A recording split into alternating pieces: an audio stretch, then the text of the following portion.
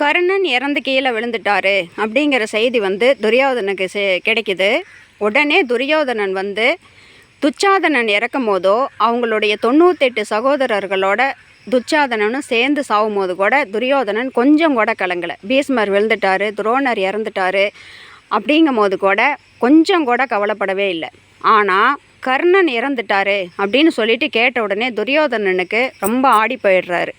இல்லை, இந்த அஸ்னாபர் அரியணையே எனக்கு வேண்டாம், உன்னை விலையாக கொடுத்து இந்த அஸ்னாபர் அரியணையில் உட்காந்தேன் அப்படின்னா என்னுடைய நட்புக்கே அது மரியாதை இல்லாமல் போயிடும். நாளைக்கு நான் பாண்டவர்களை உன்னை கொன்ன அந்த பாண்டவர்களை நான் கொன்னுட்டு நானும் நீ இருக்கிற இடத்துக்கு தான் வரப்போகிறேன்.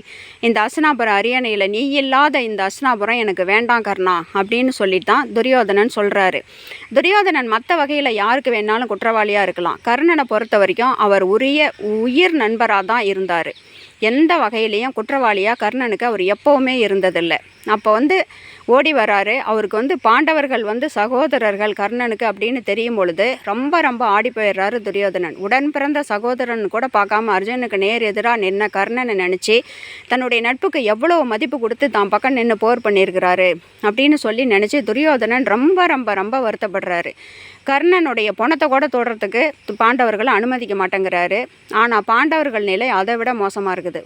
பாண்டவர்கள் மாதிரி உடன் பிறந்த சகோதரர்கள் அப்படின்னு பேர் சொல்கிறதுக்கு யாருமே இல்லை. அந்த அளவுக்கு பாண்டவர்கள் அப்படின்னாவே ஒற்றுமையின் அடையாளம். யுதிஷ்டன் எது சொன்னாலும் அப்படியே கேட்பாங்க.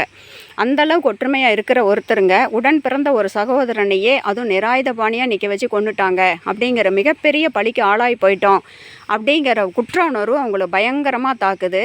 அதுக்கும் மேலே அம்மா மேலே கோபம், சொல்லாமையே கடைசி வரைக்கும் மறைச்சிட்டாங்க அப்படிங்கிற கோபம் ஒரு பக்கம், குற்ற உணர்வு ஒரு பக்கம், கர்ணனுடைய பணத்தையாவது கொடுத்துட்டா போதுங்கிற ஆசை, பயங்கரமான ஆசை. அவனுடைய பணத்தை அவங்களுக்கு விட்டு கொடுக்கறதுக்கு மனசே வரல. ஆனால் கர்ணன் துரியோதனன் பக்கம் நின்னதுனால அந்த பணம் துரியோதனுக்கு தான் சொந்தமாயிடுது.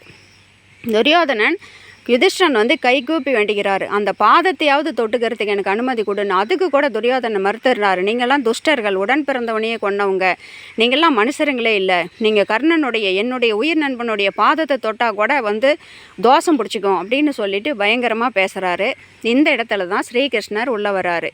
துரியோதனை சாந்தப்படுத்தி, இல்லை பாண்டவர்களுக்கும் சொந்தம் இருக்குது, அவங்க கூட பிறந்த உடன் பிறந்தவர் அப்படின்னு சொல்லிட்டு துரியோதனனை சாந்தப்படுத்தி ஸ்ரீகிருஷ்ணர் பாண்டவர்களை அவங்கள தொட்டு கும்பிட்றதுக்கும் கட்டிப்பிடிச்சி அழுவுறதுக்கும் அனுமதி வாங்கி கொடுக்குறாரு.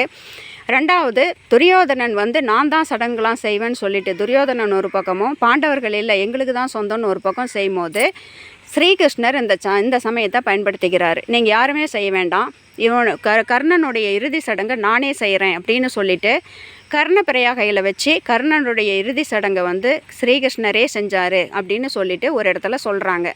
அது உண்மை என்னான்னு கரெக்டாக எனக்கு தெரியாது.